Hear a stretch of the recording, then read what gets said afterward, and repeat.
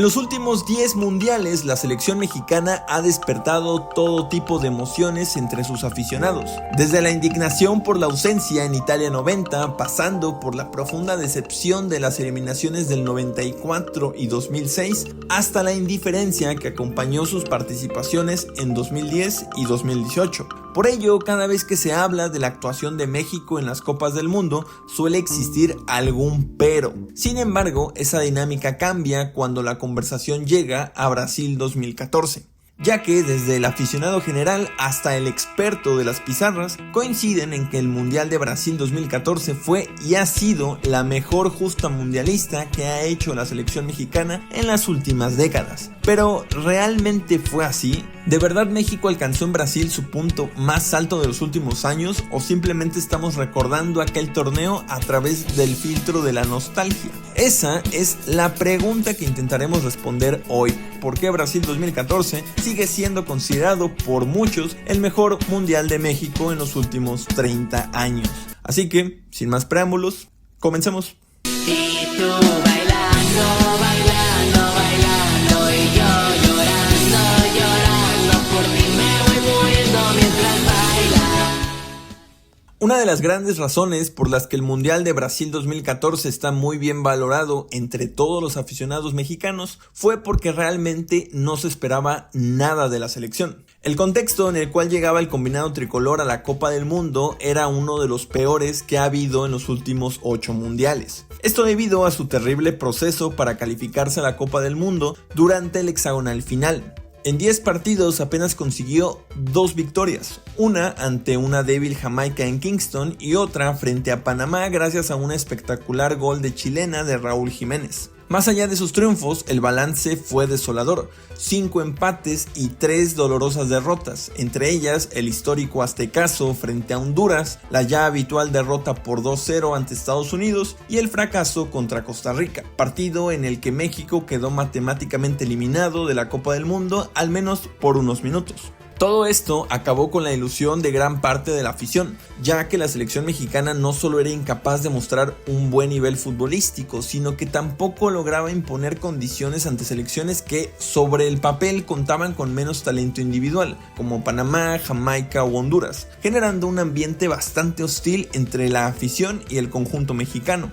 Un mes después, México consiguió su boleto a Brasil tras superar con claridad a Nueva Zelanda en el repechaje. Sin embargo, la clasificación no fue suficiente para reparar la relación con la afición. De hecho, durante la preparación mundialista, las dudas continuaron creciendo. El equipo mantuvo un nivel de juego poco convincente, tuvo una despedida gris en el Estadio Azteca frente a Israel y cerró su preparación con derrotas ante Bosnia y Portugal. Ante semejante panorama, nadie esperaba absolutamente nada de la selección mexicana. No había aspiraciones, no había sueños y ni siquiera existían grandes debates sobre hasta dónde podía llegar el equipo. La única expectativa era que compitiera de manera digna. Esa percepción comenzó a cambiar cuando México mostró una versión mucho más sólida en su debut frente a Camerún. A partir de ese momento, la afición empezó a recuperar poco a poco la confianza en el equipo. Sin embargo, el verdadero reencuentro entre selección y afición llegó en el partido contra Brasil.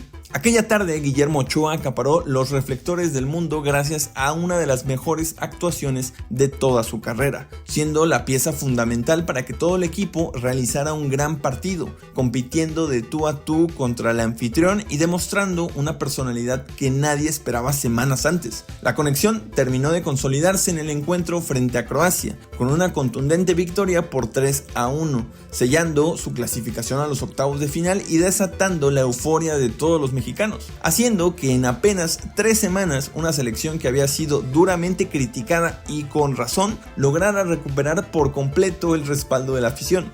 Este fenómeno puede explicarse mediante el llamado efecto contraste. Cuando las expectativas son extremadamente bajas, cualquier resultado positivo suele percibirse mucho más valioso de lo que sería en circunstancias normales. Sin embargo, en este caso el resultado fue mucho más allá de una simple mejora respecto a las expectativas. México completó probablemente la mejor fase de grupos de su historia reciente, recuperó la conexión emocional con su afición y demostró que el apoyo del público debía ganarse dentro de la cancha. a través del buen juego, la entrega y los resultados, generando así una sincronía poco común entre jugadores y aficionados. Una de esas conexiones que rara vez aparecen en la historia de la selección mexicana y que hasta el día de hoy no hemos vuelto a ver con la misma intensidad. Y precisamente esa conexión entre equipo y afición es la primera gran razón por la que Brasil 2014 ocupa un lugar tan especial en la memoria colectiva del fútbol mexicano, aunque este no es el único motivo, ya que hay otro igual de importante, y es la meritocracia en la convocatoria. A lo largo de la historia de los mundiales siempre ha existido algún jugador cuya ausencia genera polémica. Futbolistas que pese a atravesar un gran momento terminan quedándose fuera de la lista definitiva. Los ejemplos abundan. En Qatar 2022 resultó difícil entender la ausencia de Santiago Jiménez. En Sudáfrica 2010 sorprendió que Javier Aguirre dejara a Jonathan dos Santos a última hora. Y en Rusia 2018 muchos cuestionaron que Juan Carlos Osorio no convocara al Gallito Vázquez, especialmente considerando la falta de un medio centro defensivo natural en aquella plantilla. Prácticamente en cada mundial se repite la misma historia, la de un jugador que para gran parte de la afición merecía ser convocado y que al final no lo fue.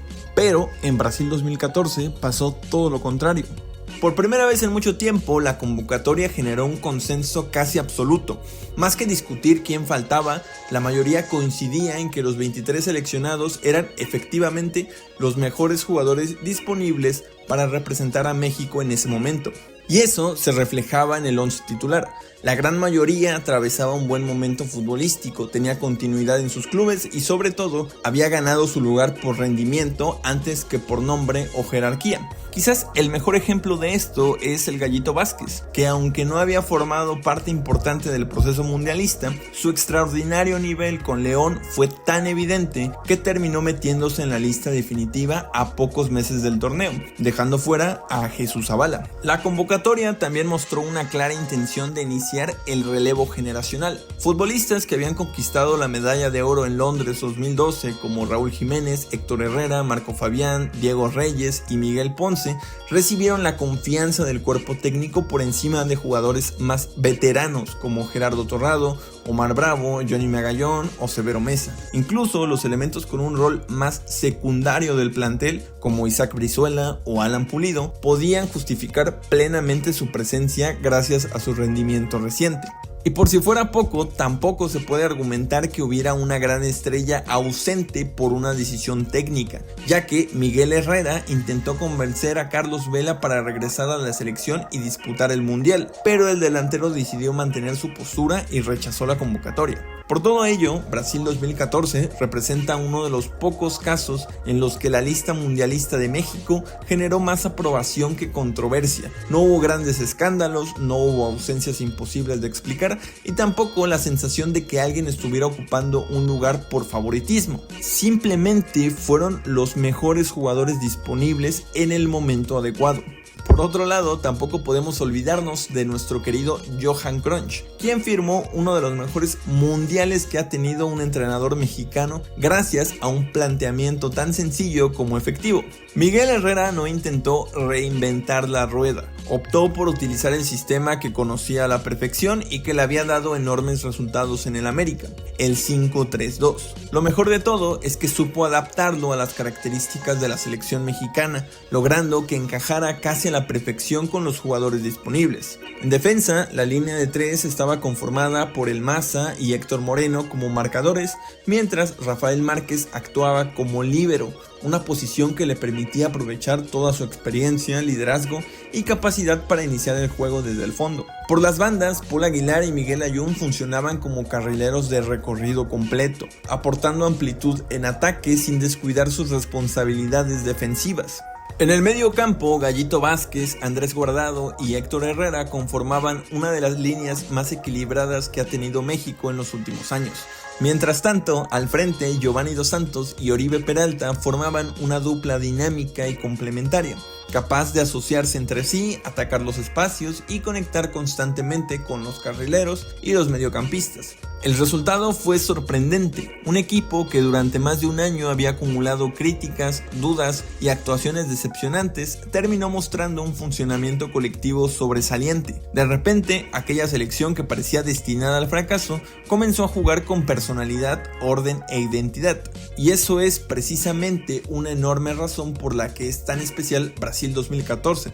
Porque más allá de los resultados, que repito, han sido de los mejores en una fase de grupos, México fue una selección reconocible, tenía una idea clara de juego, sabía a qué quería jugar y contaba con futbolistas que entendían perfectamente su papel dentro del sistema. Por eso resulta difícil comparar el nivel exhibido en Brasil con el de otros mundiales recientes. Sin embargo, lo que terminó inmortalizando a aquella selección no fue únicamente su estilo de juego, la meritocracia en las convocatorias o la conexión que logró construir con la afición. Lo que realmente convirtió a Brasil 2014 en un mundial inolvidable fue la forma en que terminó.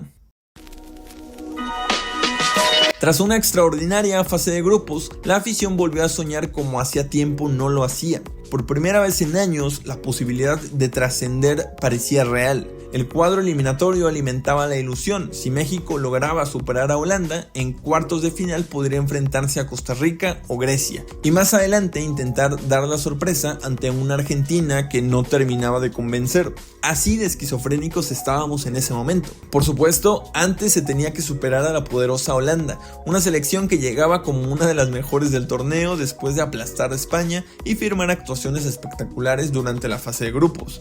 Y aún así, México estuvo cerca.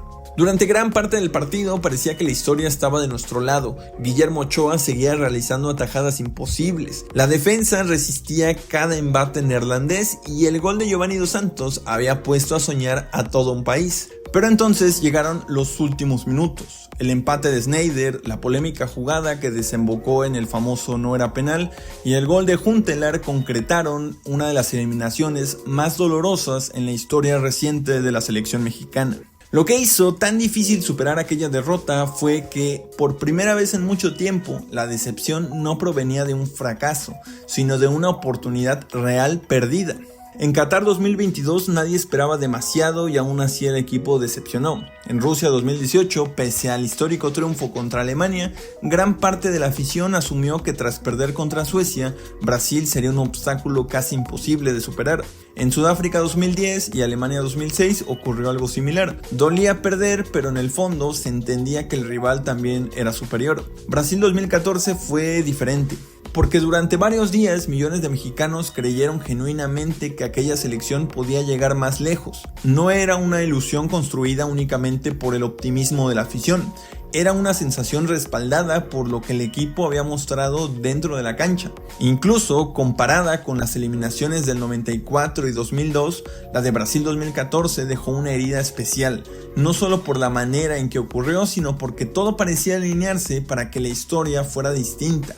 Parecía que por fin México estaba listo para dar ese salto que llevaba décadas persiguiendo. Y quizá esa sea la verdadera razón por la que seguimos recordando tanto aquella selección. Porque aunque terminó exactamente en la misma ronda que muchas otras generaciones, el camino fue completamente diferente. Fue un equipo que llegó al Mundial sin credibilidad y terminó conquistando a su afición. Un equipo que durante unas semanas logró que millones de mexicanos volvieran a creer. Y tal vez por eso Brasil 2014 sigue ocupando un lugar tan especial en la memoria colectiva del fútbol mexicano.